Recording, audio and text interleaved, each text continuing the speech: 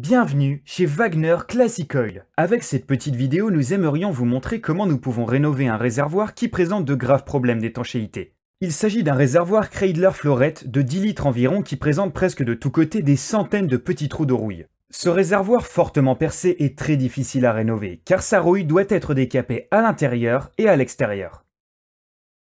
Commençons par observer plus précisément l'état du réservoir.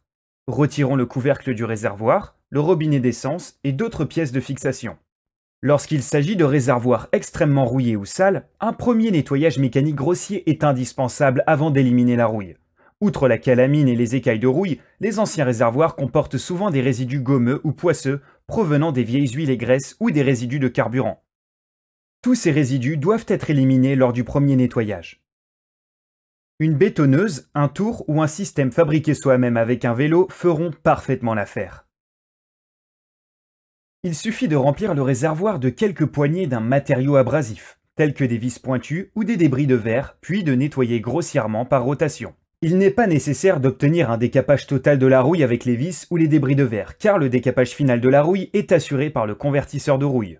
Dans le cas présent, le réservoir doit être complètement immergé, puisqu'il ne peut pas être rempli à ras-bord avec le mélange eau et convertisseur de rouille.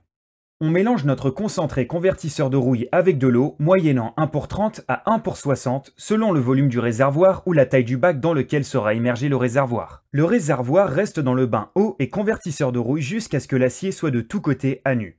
S'il s'agit de réservoir étanche, le mélange eau et convertisseur de rouille reste à ras-bord dans le réservoir jusqu'à ce que l'acier soit de tous côtés à nu, jusque dans les pores les plus profondes de la rouille. Attention, s'il s'agit de réservoir étanche, il suffit de remplir le réservoir avec le mélange eau et convertisseur de rouille. Le décapage de la rouille peut durer entre une journée et une semaine selon la profondeur de la rouille. Après le décapage de la rouille, il faut procéder à un nettoyage minutieux avec de l'acétone. Les particules de rouille décollées, la boue ou le convertisseur de rouille encore humide ne doivent pas rester dans le réservoir. Veuillez vérifier que la surface du réservoir est sèche, propre et adhérente après le nettoyage. Si ce n'est pas le cas, veuillez procéder à un nouveau nettoyage. Veillez à ce que les résidus d'impureté et les particules de rouille détachées ne sèchent pas dans le réservoir. Pour préparer la vitrification, tous les trous sont ensuite collés avec du ruban adhésif Panzer. Si votre réservoir ne présente que des fissures fines comme un cheveu ou de petits problèmes d'étanchéité dans les coins ou dans les endroits les plus profonds du réservoir, le revêtement peut être appliqué également depuis l'extérieur, à l'aide d'un pinceau sur la surface préalablement décapée. Ensuite, il faut enduire le réservoir avec notre résine monocomposant. Avant la vitrification, toutes les ouvertures du réservoir doivent être minutieusement obturées.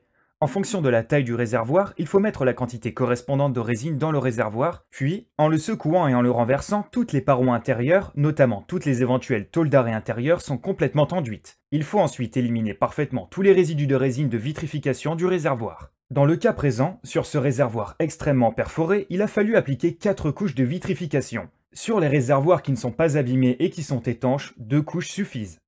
Selon la température de mise en œuvre, il faut compter 12 à 24 heures entre les couches. Dans le cas présent, la résine de vitrification peut en outre être appliquée de l'extérieur sur les endroits abîmés. Nous recommandons ici d'appliquer plusieurs couches. Dans la partie non visible ou sur les réservoirs qui ont peu de matière, il est possible d'appliquer en outre une épaisseur de fibre de verre pour améliorer par exemple la stabilité du réservoir. Après avoir effectué un ponçage intermédiaire de la résine une fois sèche, le réservoir peut être rempli et peint.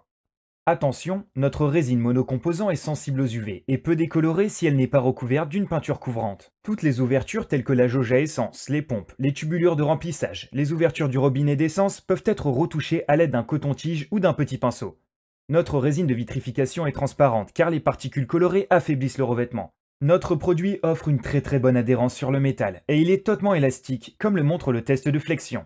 Il faut savoir que les réservoirs qui sont installés au soleil présentent une dilatation à la chaleur extrême. Le revêtement doit pouvoir suivre la dilatation. Il faut également de l'élasticité si le réservoir est déformé par un choc. Le revêtement doit pouvoir le supporter et ne pas s'écailler. Notre résine de vitrification assure toutes ces caractéristiques. Il existe différents kits de rénovation en fonction de la taille du réservoir.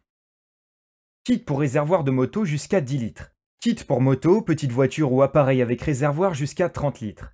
Kit pour les réservoirs automobiles jusqu'à 80 litres et un kit pour les machines agricoles et les tracteurs. Chaque kit de rénovation comporte une notice d'utilisation détaillée qui explique chaque étape de travail.